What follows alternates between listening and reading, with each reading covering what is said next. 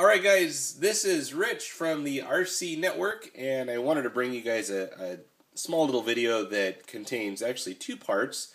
First part's going to be going over what you see on the screen right there. That's a new little addition to my Lipo fleet. And the second part of the video is going to be a follow-up on some of the other Lipos that I've ran in the past. I'm really bad at doing follow-up videos. I definitely apologize for that, but I want to kind of get this out of the way because it's fresh in my mind right now. So the one you see in front of you there, and I'll give you all the specs here in a second as I bring it closer to the camera so you guys can really check it out.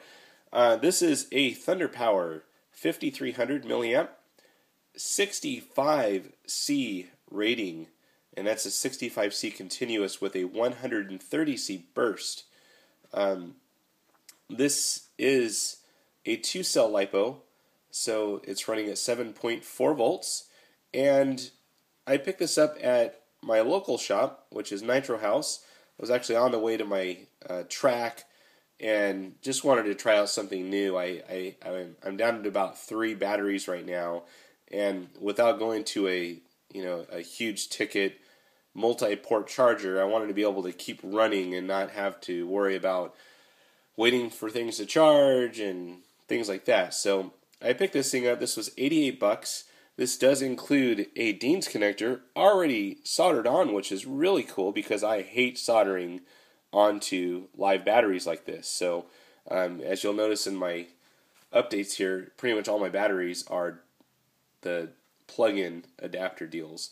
So other things to note on this battery, it is a full RORA approved battery. It is quite a bit thinner than some of the other batteries I've run, and I'll do some little caliper sizing here in just a few minutes as well when I get some of the other batteries out. So that is it. 88 bucks is what I paid. It's a little more than twice what I've paid for some of the Gens Ace and some of the other batteries out there. But hopefully this will be a good addition. As far as the packaging it came in, that was the other kind of thing I wasn't expecting, At least some of the Gens Ace and the Turnikeys, they come in a little box and they got the foam in there. But, they are coming from China. This came in, this right here. Hopefully you guys can see that. Little plastic, little baggie with a ThunderPower logo. Backside, here's some of the model numbers. Hopefully you guys can read that. There was an option for a plug-in version. I think it was like another 25 bucks. It was like actually more than that. It was $114. So I just went with this direct wire one. So far I'm pretty happy. I've only cycled it about twice, and it did provide some good oomph power on the straightaways. I mean, I was almost doing wheelies going down the straightaway, which I've never seen before with all the other batteries that I've run. So let's take you through a little tour of some of the other batteries I have ran, and we'll go from there. So we'll go from the newest to the oldest. Here is the newer Gens Ace. This is a 5000 50C, and these are all 2S LiPos, so I don't have to keep saying it over and over. This one only has maybe 10 cycles through it. You'll also see one here very shortly that's hooked up to my charger. Same battery. I bought them both the same day through hobbyparts.com. So very, very happy with the Gens Ace. The reason why I bought 2 more of these is because I have this one here, which has about 50 cycles now through it, and it's the exact same version. It is a 5000 milliamp 50C. Now, the two things I noticed the other day that were different, if you look here at the little model numbers, the old one is 0201B, where this one's 0201T. So it looks like they were, maybe a production month or something, but this was one of the very first of the 50C series, and this one is almost maybe towards the last. Who knows? So that's the Gens Ace that I have. Very, very happy with the Gens Ace batteries. I have not had one fail, and that speaks a lot because typically what I've seen with some of the cheaper Chinese batteries is basically it's like 1 in 3 almost that I've seen. The next newest battery, or oldest, you could say, is this Carnegie Nanotech 5.6, 50 to 100C discharge. So it's a 50 continuous 100C burst. I originally really liked this battery. I really hate this one now. Most recently, I shouldn't say recent, about 2 months ago, it puffed up on a pretty much normal run in my SCTE, and I called, or I should say emailed, Hong Kong and spoke to quote-unquote Ricky through email, and the warranty means absolutely nothing. So there's the warranty number.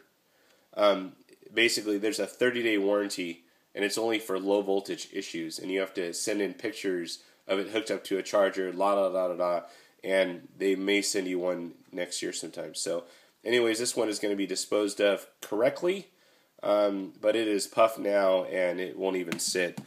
It's wobbling now. So won't be using this one anymore, but I wanted to show you guys and give you kind of an update on this one. Only Nanotech I purchased, and it failed. I don't know if that says much for the odds. As you hear my charger ending its storage mode. Next LiPo I have is a Sky Lipo 5000 milliamp 40C burst, or 40C continuous, I should say, 80C burst. Pretty, no frills, good LiPo, and no issues with it. I always use it for doing some of my bench tests to break in diffs and whatnot, and it's always kind of stood true. So not too bad. I've had about 3 of these Sky Lipos. I have a 3S, a couple of 2Ss, and no issues with them. So that's that one. As far as other LiPos that I've had, and I don't have them here to picture because I've already disposed of them correctly.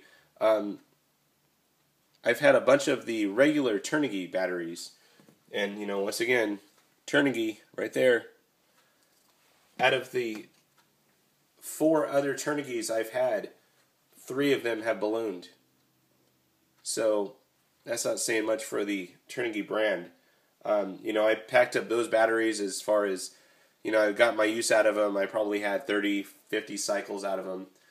Oh, well, they were $25 a piece. Who cares? But in the end, if you start doing the math, I'm not buying any more Carnegies or any more of the Hobby King stuff. So for me right now, really happy with the Gens Ace. They've pretty much tried and trued. The ThunderPower, jury's out still. A little over twice the price. Who knows? One other thing I wanted to show you guys. Here is my little charging station. I'm going to bring it over. It just finished its cycle. Hopefully I don't unplug anything here. But here's something that I do on all of my batteries. I store them.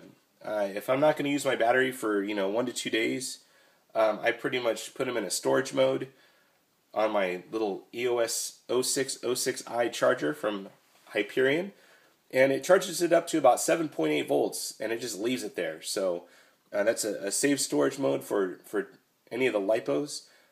Most of the decent chargers out there will have that storage mode, so take a look at your owner's manual and definitely store them. That prevents the stupid stuff from happening. So pretty much when I get back from the track, I just throw battery on there one by one. I'm looking at getting a multi-port charger in the near future, but for right now, this is working for me. Anyways, that's that. Last thing here, before I leave you guys, wanted to show you guys a little bit how thin this ThunderPower battery actually is. So I'm going to go ahead and take a Gens Ace battery, which is pretty much a standard now as far as the sizing. I'm going to throw on the calipers right here so you guys can see. So it looks like it's a little over 25 millimeters. Hopefully that focuses for you guys. Now let's take a look at the ThunderPower. I'll try and get this in here. Let's see how that fits in right there. Let's clamp this down a little bit more.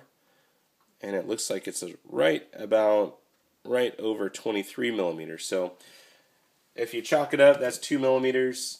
it also is a lower center of gravity, technically. So we'll see what goes on with the ThunderPower, but for right now, that is my battery assortment. Any questions, throw them on down below. And as always, if you like the videos, hit the subscribe button and hit the little like button at the very top too. That's it for now, guys. Over and out.